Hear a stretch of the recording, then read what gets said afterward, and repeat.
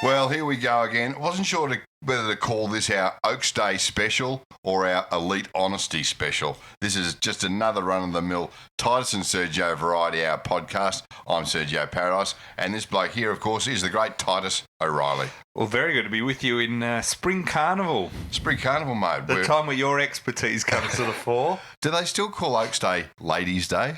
Yeah, it's like that is the official... Is it? Thing. I thought maybe these days that was frowned upon. No, it's still Ladies' Day. Because I remember back in the 80s, we always used to say, if you couldn't pull one on Oaks Day, you just weren't trying. Well, as they say now, it's more Blokes' Day in that there's more blokes there than sniffing women. Around, yeah. There always was, though. See, whenever I go to the races, I'm always far too drunk to actually have anyone interested. And I don't know, anyone manages to stay sober at the races. Fashions on the field has left us way behind too, you'd have to say. Well, until there's a tracky dax section, I'm out. Do you think they have that at the V8s? They should have a fashions on the t-shirt fashions contest. Fashions on the track.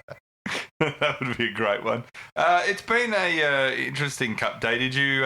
Where did you watch the race that stops the nation? I watched it at home. Sitting there, had our usual, run of bets and went with some friends into a big quaddie. And of course, we got the last three legs of the quaddie, but we missed the first leg, which was of course the Melbourne Cup. I had a bit on Marmello, and that was okay, but didn't go near close counter. Well, it was cost me badly. It cost you.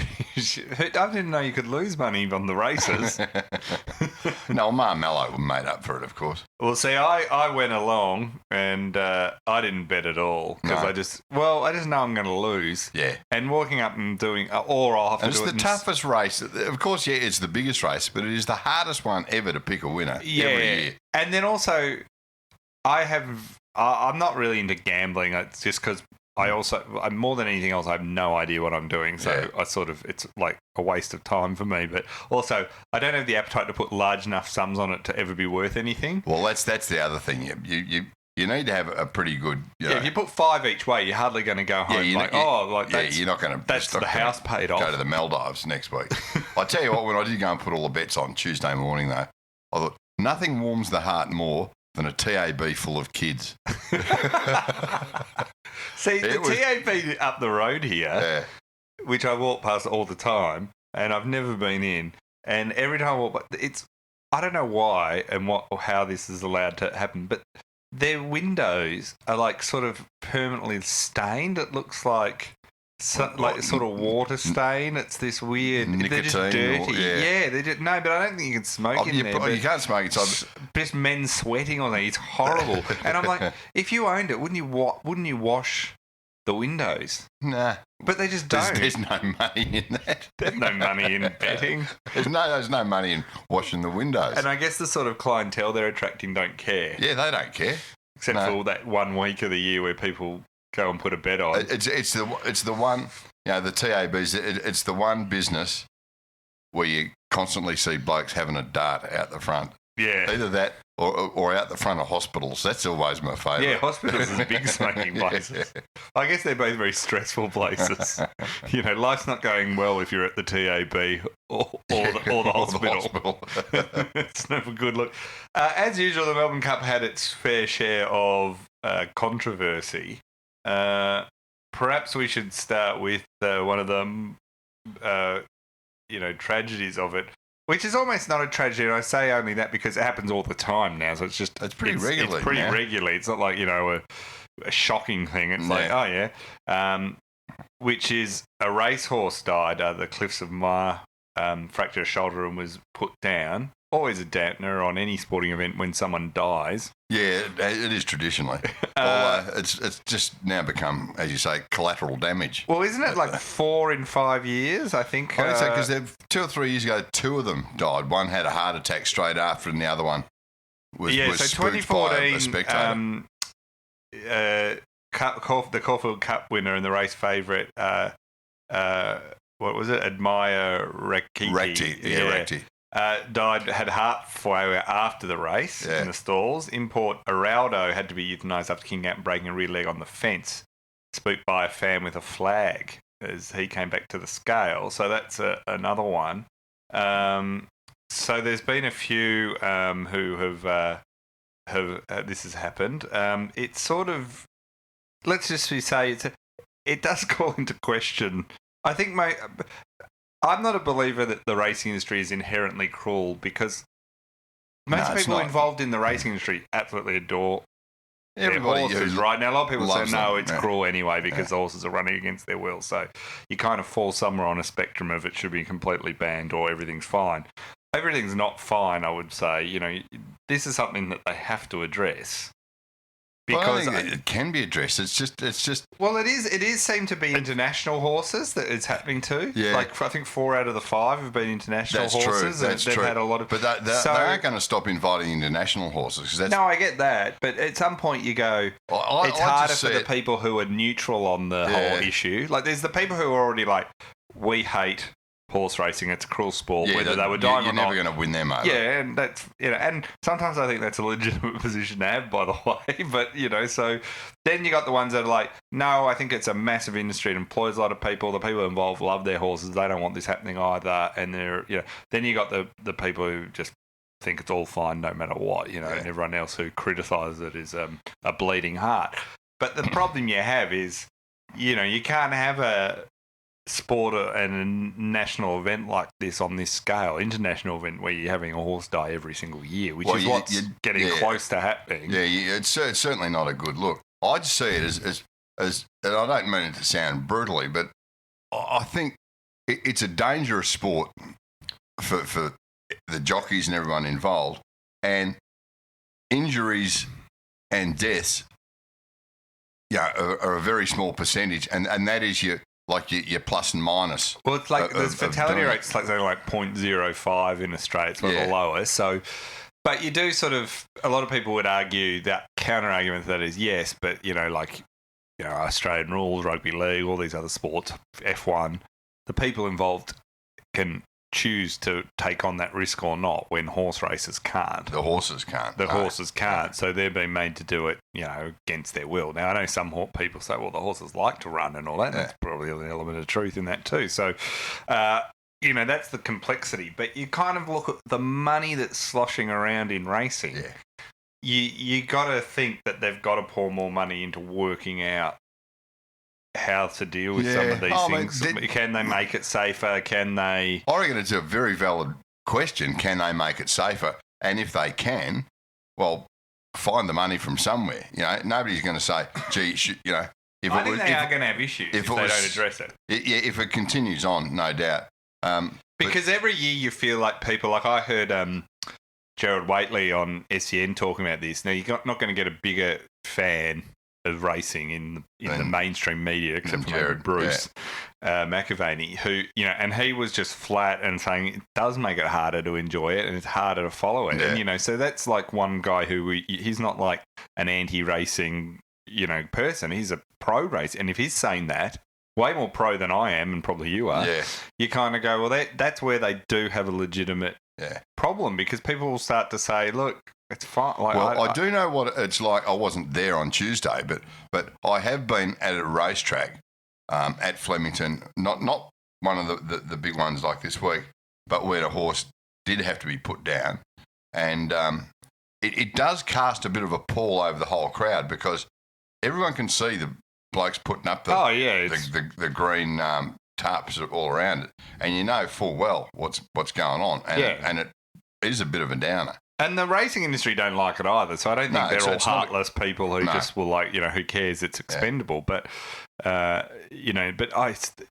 it's a serious. I mean, just as concussion in the NFL is a serious issue, this is a serious issue for racing. Yeah, and as you say, it isn't going to go away if they have a horse drop dead every year whether it's the Melbourne Cup or the Caulfield Cup or the Golden Slipper, any of the big races, it's got the full focus. See, saying racing's cruel, I think you can argue back against. If you didn't have the deaths, you could say, well, there are some things like the whipping and various things that need to be, and there was issues with that in this race too, which we'll get to. They can either be banned or they can be, limited or various things. And so you can at least start to make the counter argument that it's not, and it's a huge industry and people care about the horses and they're well looked after. But when when they're dying regularly, it just becomes that bit harder to sort of argue, hey, the horses like racing. Yeah. There's that Jerry Seinfeld joke about the horses, if they knew, would all be going, hey, we all get hay after the race. No, easy on, fellas. If they knew what could happen to them if they fell over. Yeah. So that's where I kind of think, they've got such a high... I mean, if this was happening in the AFL every year, every grand final, you wouldn't be, it would be... So...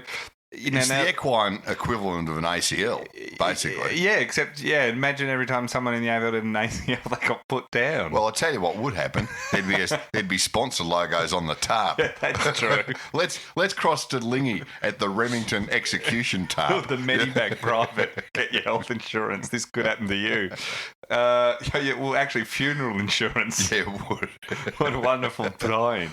So, look, I do find it as someone who's not anti-racing, but not also like a hardcore racing fan. As a casual racing fan, I would call myself, in that I like an event and I can see and admire that, the skill of the jockeys, and, someone like Winks really does capture everyone's imagination.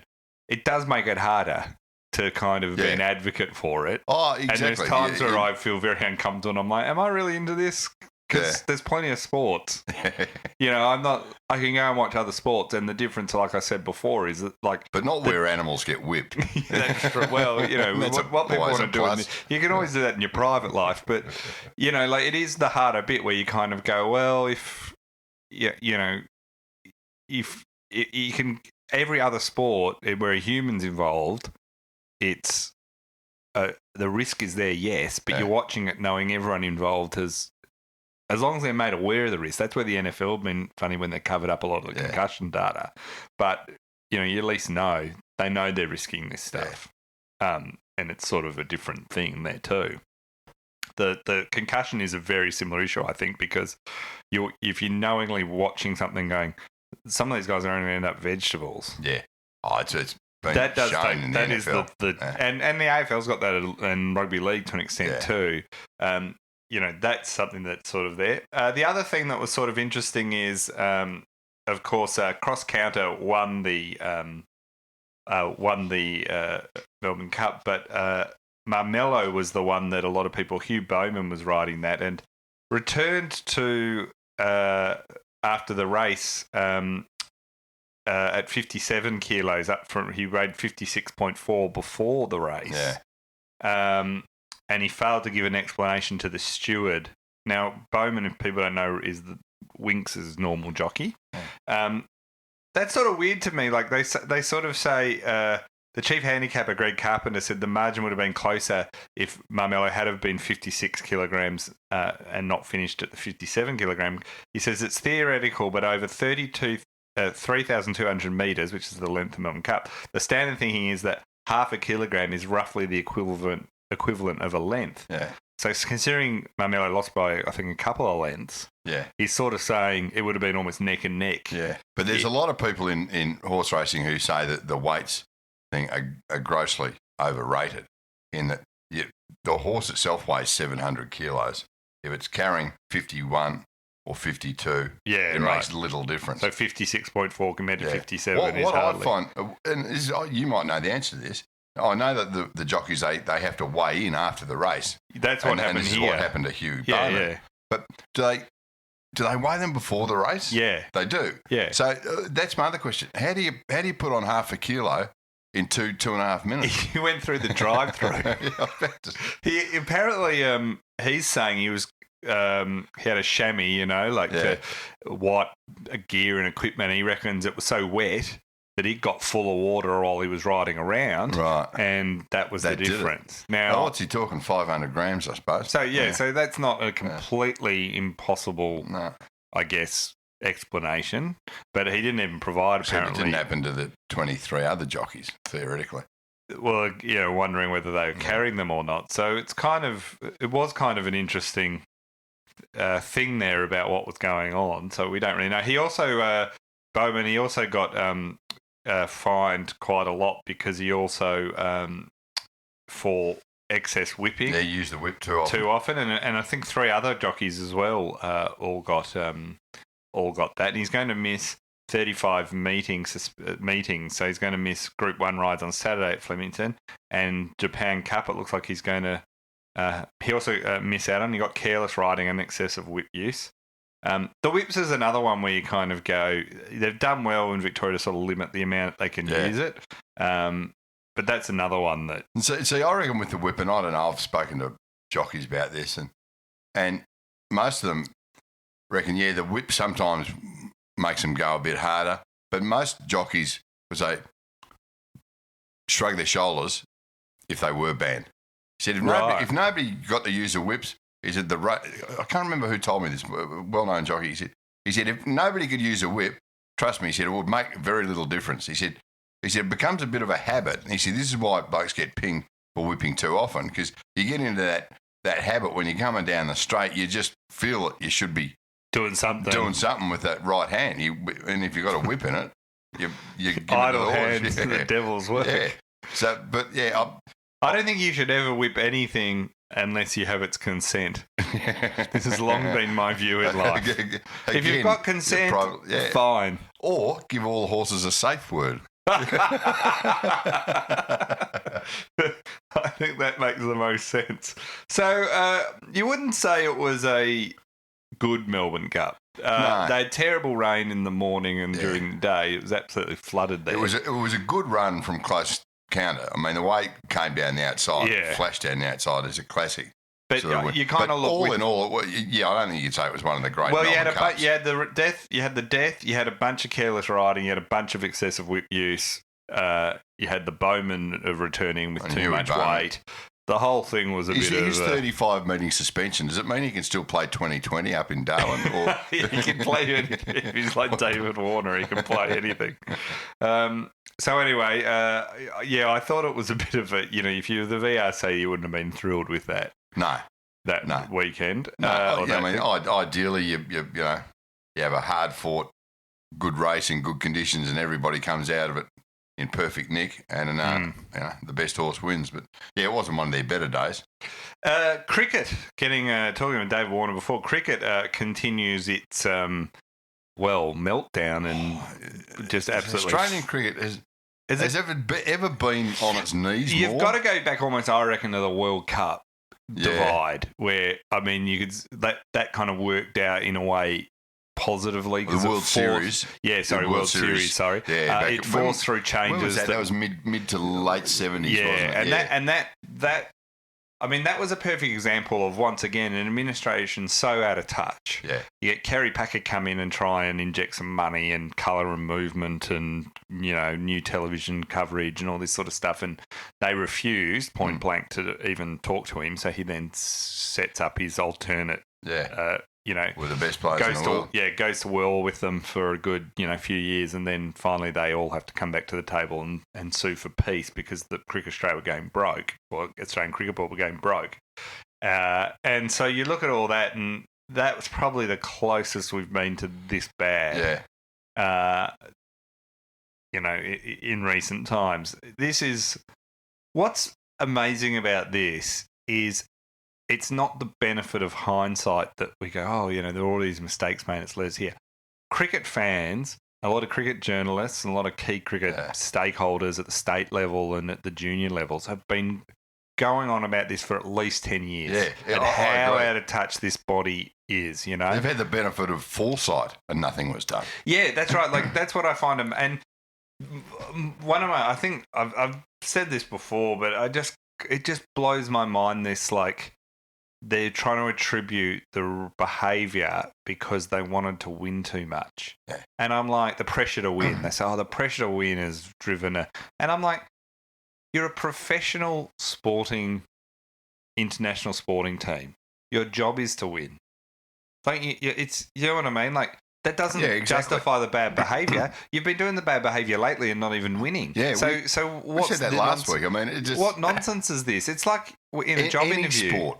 you know, jobbing him with someone goes, what's your weakness? I go, I probably care too much or I'll work too hard. And it's like, no, that's not a weakness, idiot. Yeah. To go, we wanted to win too much. No, that's your job. Yeah. Why have you been horrible all the way along?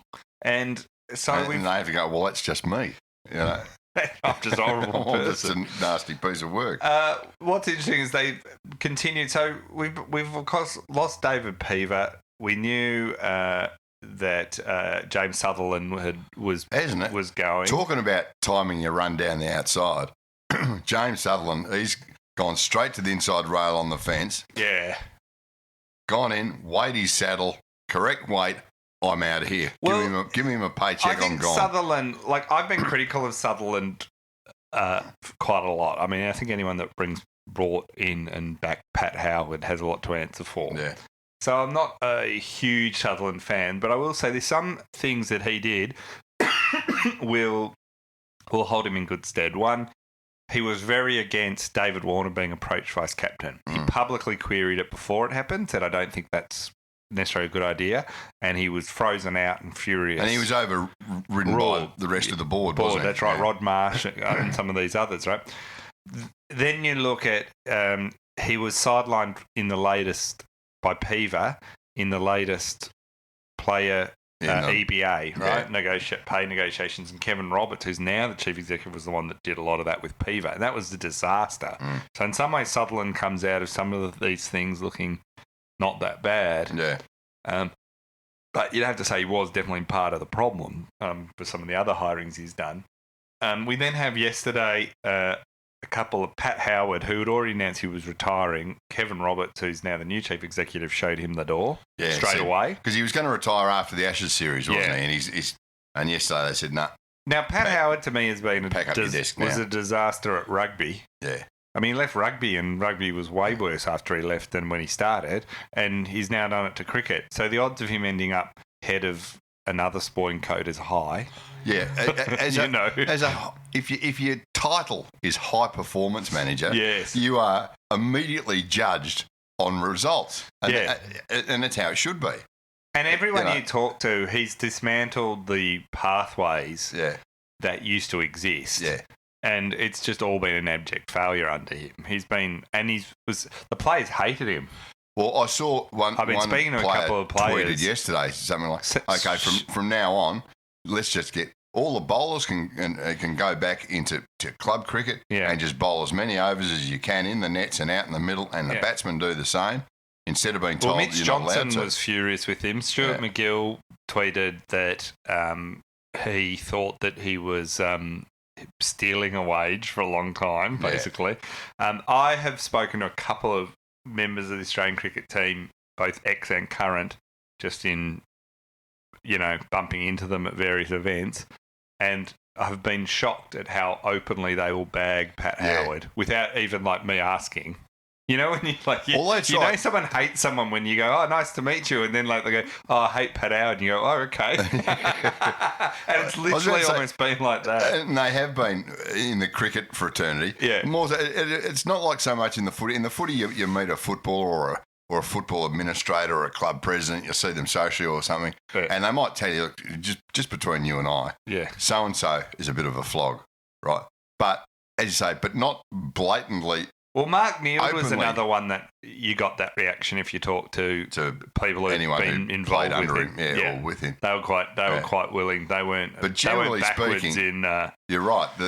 In cricket, there's been a very open contempt for Pat Howard from everyone involved. And the problem is for someone like Pat Howard, then if you're going to be that divisive, you better be winning a lot, and you better, that's what I'm saying. And everything has been. You call yourself high performance manager. As soon as your performance drops below high or becomes low, you're gone. Your history. So, you're right. Now there's no doubt he'll turn up as the head of athletics or something, or The other executive they marched out the door, was Ben Amalfio, who he has been quite disliked. He held up a lot of the media negotiations, and that was an incredibly... He came from within the media. He was head of Triple M for many years. He was at Hot Breakfast as their sales manager for a long time. Yeah. He was their general manager of broadcasting, digital media, and commercial. And apparently they had to get the head of security in to help march him off evict him. So obviously he didn't want to go on the spot. It's like, Ben, pack up your desk, and he didn't want to go. He was a big driver between a lot of the one-dayers and the 2020s being shifted off free to air. Yeah. Which to me is just amazing when they're meant to be a community organisation. He also was known for, back in 2016, and I know Joe Aston at the Fin Review has written a lot of this stuff very humorously. He also, while in this job, acted as an agent for James Brayshaw, pitching his service. So you got someone working within Cricket Australia, sort of acting as a de facto agent for one of the commentators, which is amazing. There's no country in the world that has greater conflicts of interest within the sporting world than Australia. Yeah. It doesn't matter what sport you're talking about. Yeah. And the other thing that is kind of been interesting is he also was famous for making his EA cook him and serve him a hot breakfast every morning in his glass-encased office in front of the entire staff who would watch this. And apparently once yelled out, "Where's the Worcestershire sauce?" at the top of his voice at her. And you just look at that and go, what a tosser. Oh, mate. Like, what a dead set tosser. Like, doesn't matter what. Everybody in the office is just going, I don't care how high up you are. That's just, that is just a pathway to be hated. I'm just picturing yesterday that, remember in Wall Street when they marched Charlie Sheen out? Yes. And all the staff are just standing around, and who'd been his best mates for years, they wouldn't even look him in the eye. Yeah, they just looked the other way. Well, I don't think he had a lot of best mates in there anyway, but... I reckon they might have had a big cooked breakfast for everyone in there this morning. That's right. Now, they've also lost... So when you think about it, so this is what's happened so far in the fallout from Sandpaper Gate, or whatever we're calling it. Steve Smith, the captain, banned. Vice-captain David Warner, banned. Cameron Bancroft, banned. Darren Lehman quits. CEO James Sutherland retires, is allowed to retire, amazingly. David Peaver is forced to quit, totally against his will. And then Mark Taylor quits the board. That's right, Mark Taylor. He pulled the pin the other day. And then everyone's saying what a great guy Mark Taylor is. And I'm like, he's been on the board this whole time. Yeah. So, I mean, he's got to have some level of responsibility. Now, he might have been the lone voice crying in the wilderness in there. I don't know. But, you got to have some, and he's ruled himself out of going for the chair position. And then the high performance manager gets sacked. And then also you get the media guy getting sacked. So it's an amazing, period of time, not to mention just abysmal performances on the field, like just unacceptable performances on the field. And these new positions now being created. Yeah. They have to be replaced. I mean, just tough jobs you'd be walking into in there. It's amazing. So the whole way they've handled it has just been... Just get Warney to run the whole show. Oh, that's what I worry about. Everything. Warney, you're in charge. Well, they're trying to get Adam Gilchrist to come on board. He'd be too smart.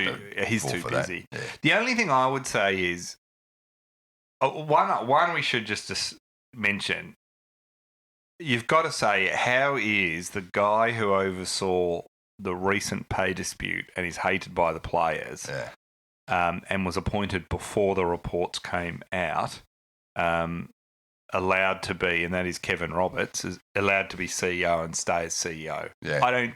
I think sacking Peaver. Well, no, sacking Pat Howard is saving his own, he's rapidly trying to reposition himself from not being linked to the past, and I think a smart move, but you have to wonder how he's allowed to sort of do that. Surprises me a little bit. You would say this is prime for someone to come in. It's so messy and hopeless. If you come in and just a half competent, you will look amazing. Yeah. Do you know what I mean? Like, you could be viewed as the man, and let's be honest, it's going to be a bloke. The man who saved Australian cricket.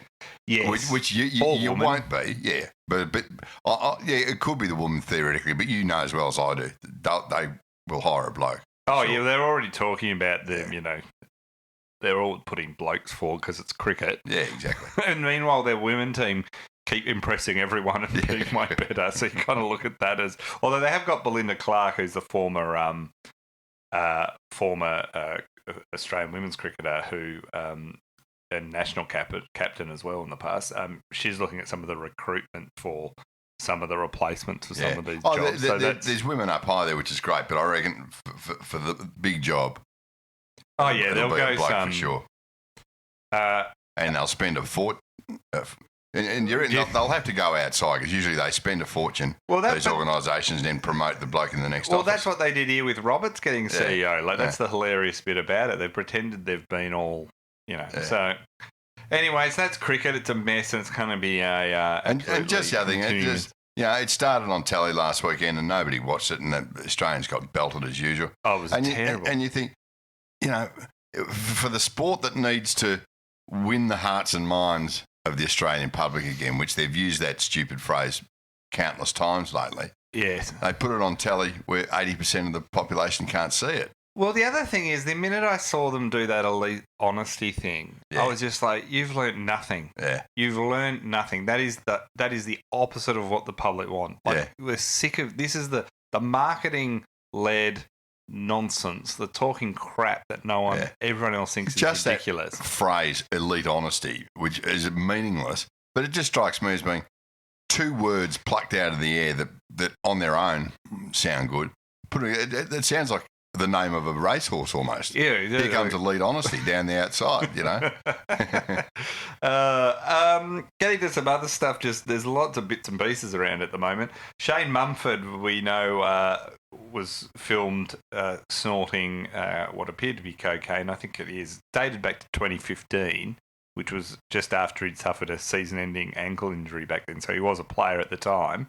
The GWS Giants came out and announced his ban and sanctions the eve of the Cup in the most cynical timing of all time. Yeah, it's like when governments release 700 reports on Christmas Eve. That's right. Yeah. So he's going to be fined $25,000 and suspended for 2 games if he does re-sign. Now, we know he is going to basically re-sign with GWS. So I've got to say, he's also got to get a first strike under the AFL's illicit drug policy, and if he does re-sign or come back in the footy, and he has to undergo drug and alcohol counselling. Now, the thing I find interesting about this is, what's the bet that 25 grand's factored into his new salary? Oh, and the 2 games, he probably wouldn't be ready to really play them anyway because he's got his fitness back and everything. Mummy's ready to go in round 3 or 4. There you go. So that sort of, but very, very interesting that they sneaked that out on Cup Eve. I like the quote from David Matthews, who said, the Giants CEO, Shane is deeply remorseful and embarrassed by his behaviour from 3 years ago. You'd say that about a lot of us, couldn't you? Yeah, well, that's right. I remember 2015 wasn't probably my greatest year. I could say it about 3 hours ago. I might get David Matthews to speak on my behalf every time I do something stupid.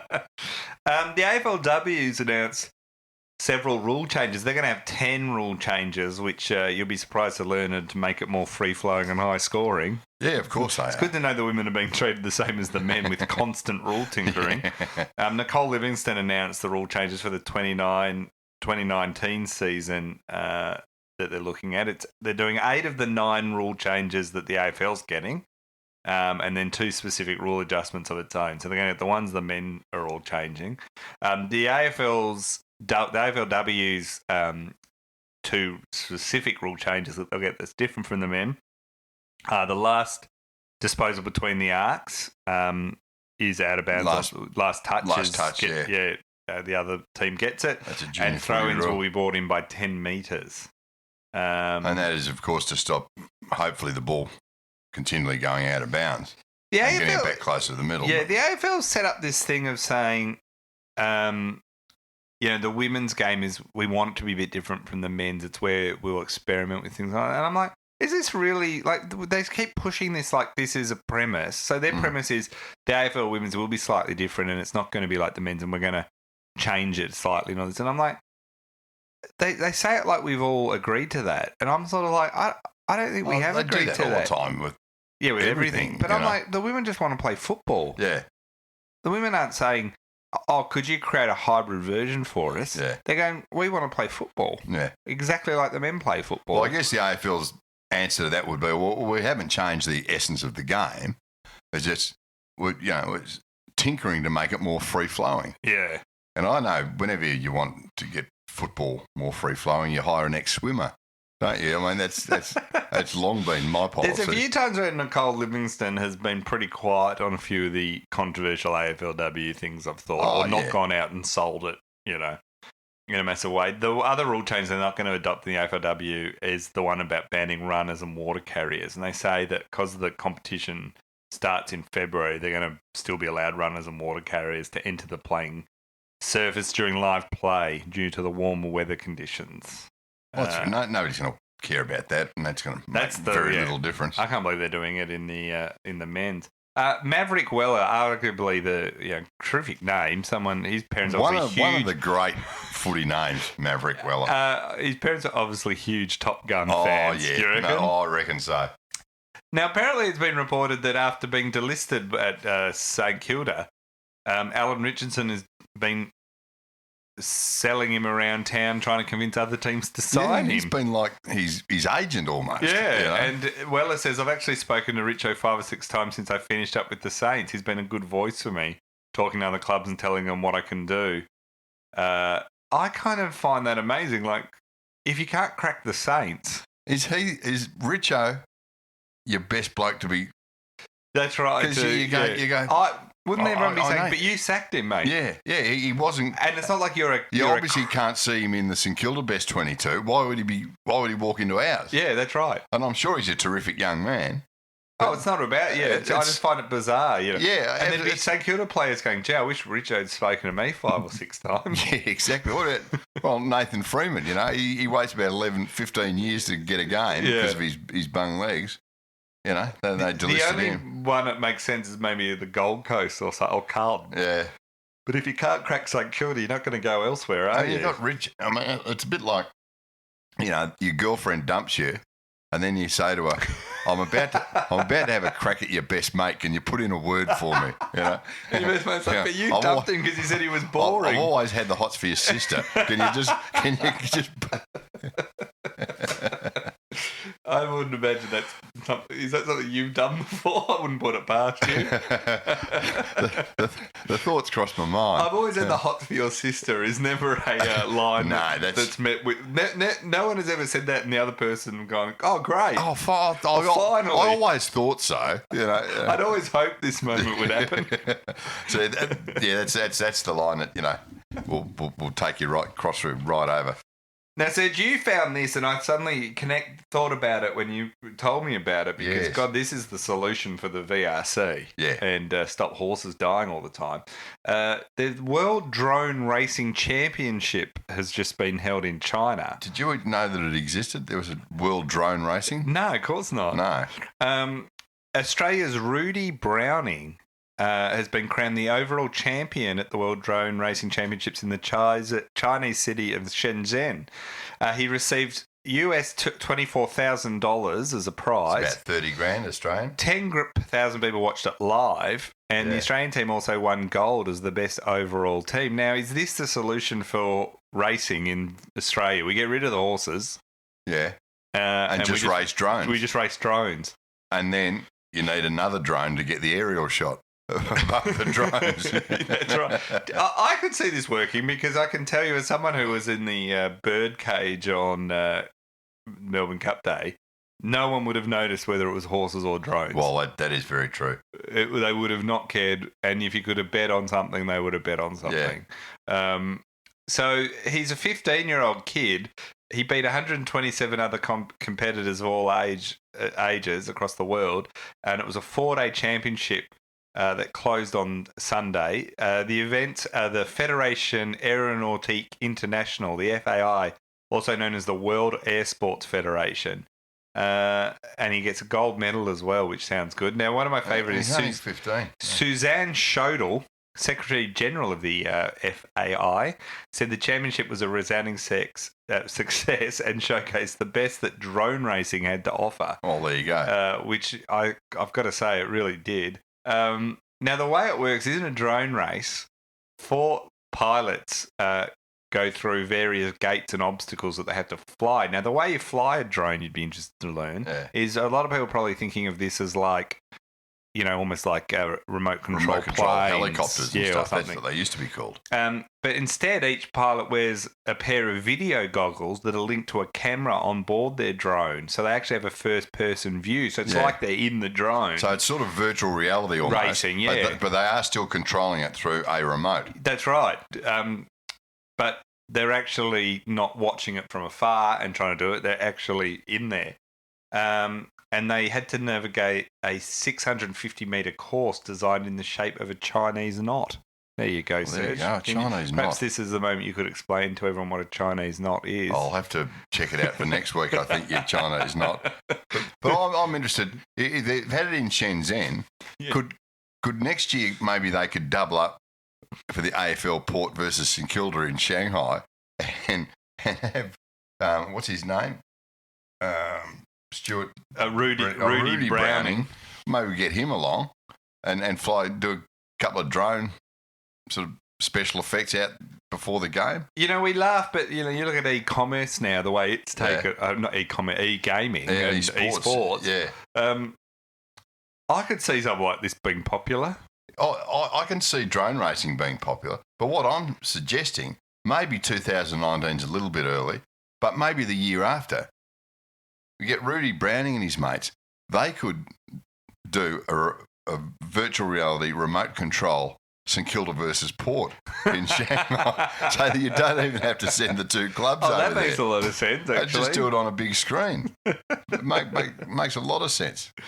If you could bet on this, Australians would.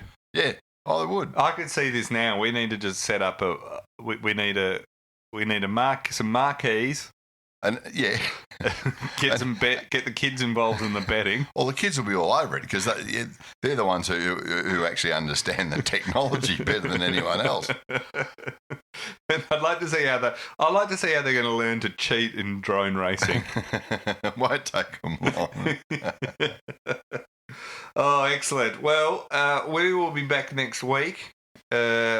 As always, yes. Go buy my book. Yeah, go buy his book. Was it A Sporting Chance? If you haven't heard of it by now through the other media, well, you're feeding. You've been dead. Someone said to me the other day, to quote Dennis Bacon, that I've been on Media Street. Yeah, you're walking down Media Street wearing drone goggles. But the funniest thing of promoting a book or promoting anything is I've been doing this media, and some people I know will say, "Oh, I saw you on the project the other night." I said, "Oh yeah, great," and they said, "That'll help you sell books." And you go, "Yeah, that's kind of what I went on." Yeah. Or the other thing is, I saw you on the project the other night. What were you on there for? I've heard that one as well. And I'll tell you, next week when we come back for this podcast, we will have full details for our live podcast recording. This is a big commitment because I should be open, honestly. You've been driving this hard, I've been busy on Media Street. I've been driving. You've been on Media Street, and I've been fined for whipping this too often in the last 100 metres. No, but we are very keen to do it. Yeah, so we're going to do a live recording with the number of special guests. This one will be in Melbourne. It will, where we're from. But we would like to take it, and that might be early next year or something. We'd like to actually go and do it in a few other cities too. So. Yeah. Do a bit of a regional tour if you're interested. Let us know if you. Yeah, do you think we could do it like people bid like the Olympic Games? We will take bribes.